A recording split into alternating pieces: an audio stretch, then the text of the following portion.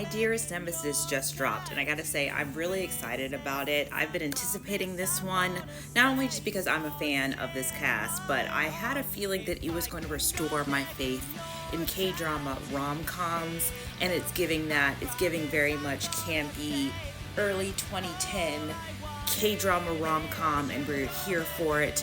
So let's talk about the show. This is going to be a episode 1 and 2 recap with minimum spoilers. We'll try not to spoil the whole thing because I do want you guys to check it out on your own. But yeah, let's get into it. So let's talk about our lead character. So the story is basically broken up, at least in episode 1, into 2 parts, where we start with the high school version of Baek Soo-jung, played by Moo Ga-yeon, who is a very hardworking high school student. She is a good studier. She is top of her class, and you see very quickly that she is a person that works hard and doesn't stand for injustice or bullying. There's a great scene where she's basically being bullied and she stands up to her bullier and lets her know that you can't mess with me and touch me because, basically I'm better than you. And we establish her character perspective very early on. She has a little brother and a father. Unfortunately, her mother has passed away, and she takes a very sturdy hand in raising her little brother. And one day, while the little brother is gaming, he stays up all night and he basically reveals to his sister that he's playing this game because he needs to get a ranking, because right now he's ranked too low and his friends are making fun of him. So big sister can't stand for her little bro being bullied, so she starts playing the game, and while doing so, she meets this character in there, the Black Dragon, also known as Ban Ju-young, played by Cho Hong-wook. So basically, with playing the game, these two have a virtual meet cute.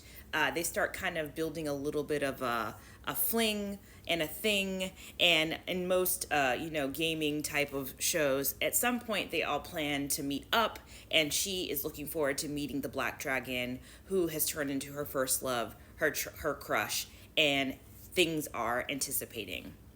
But it wouldn't be a K-drama if there wasn't some antics. So there is a little bit of a snafu of a problem with the reveal, and unfortunately, the love line between Soo-jung and the Black Dragon does not pan out, and we unfortunately miss that opportunity for these two to create their first love story, and we move forward into the future. Fast forward to adult Soo-jung. She is a team leader for her office, working for a department store, and she has a rep of being a director killer because of her passion and her just tenaciousness in her role. She tends to make a lot of her directors quit, and she makes a promise with this new director that's coming in that she will make it work with them and not have them quit, and basically be a happy employee for them.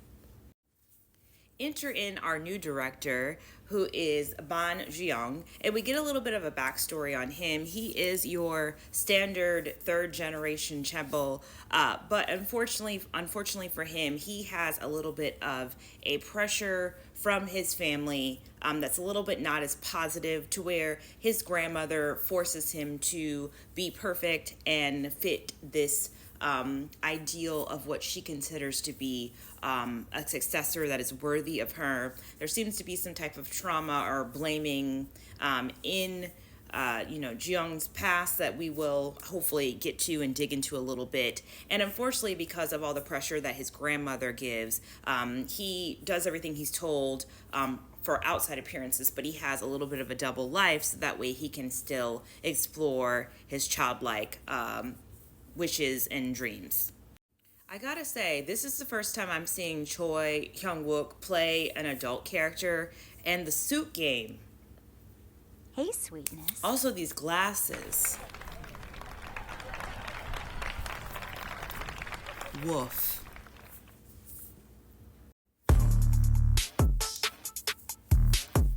Keep them coming. We love a suit. Yes.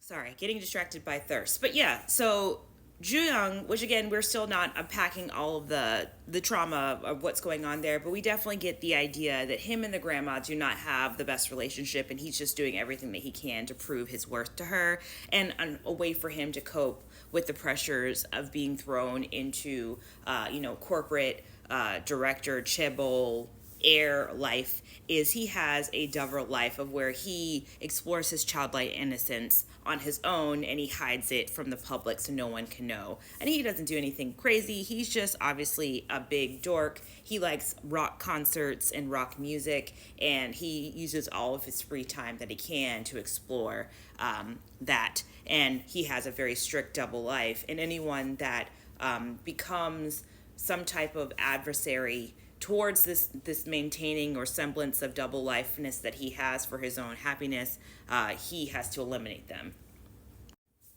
Enter in our adult meet cute, where Soo-jung has a meet cute previously where she meets Jooyoung outside of the office, and they have a little bit of a fender bender, and her being the doggish type of person she is, she doesn't take his excuses and follows him to make sure that her car and everything with that gets sorted. And of course, with Jooyoung trying to maintain his double life appearances and stuff, because he doesn't want to be seen, obviously, while he is doing his dorkness out in the world, he just tries to get rid of her, and they run into each other the next day at the office, and we have this really cute meet cute where a lot of you have probably seen it online, where Jooyoung goes into his office to change his shirt, and Soo-jung goes in to meet, and not only sees his body, she also learns that he has a very large black dragon back tattoo on his back. She hasn't put the pieces together about their previous meet in the past, but she already knows that the CEO is different than what he seems. And of course, as I mentioned before, anyone that is a threat to his double life is something that he has to eliminate. And so we start the enemies portion of the show. Also, check out this behind the scene footage here. This was cute. Yeah. Bring back campy early 2010s K-dramas, like with the bad CGI and the cartoons. Love it. I was so happy to see it. But basically, as I mentioned before, Jooyoung is learning very quickly that Soo-jung is just a dangerous nemesis to his maintenance of his life. And so he makes a mission to get rid of her, or basically make her quit on her own. So he does a little bit of corporate bullying. He gives her a hard time, but Soo-jung is nothing to play with. She knows how to stand up to his bullying, and they go toe to toe. Soo-jung is still on a mission to appease her new director, so they end up having her, team meeting. They, both, even in that moment, go toe to toe, have a drink off, and Soo-jung comes out victorious in that. And every time that Jooyoung has a moment where his veil comes down and his perfect wall that he's created, he just reverts back to his childlike innocence, and he slips in his drunken state that he wants chocolate milk, and she starts to learn about his sweet tooth and some of his younger vices.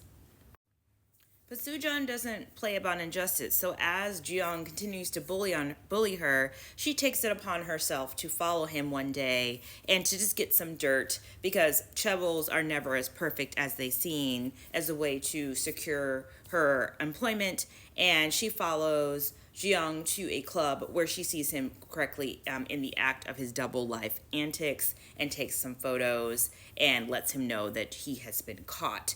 And he, of course, in a tizzy, meets up with her and has her sign a contract just saying that she won't reveal the pictures, and she'll be under his watch just to make sure that she no longer threatens his double life.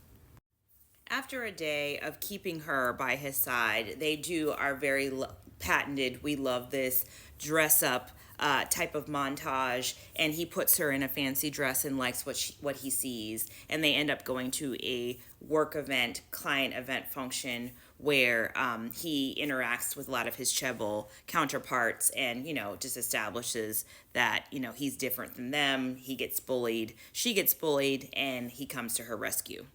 And we end the episode with a lovely little Babe Let's Go, which might be a homage to another K-drama.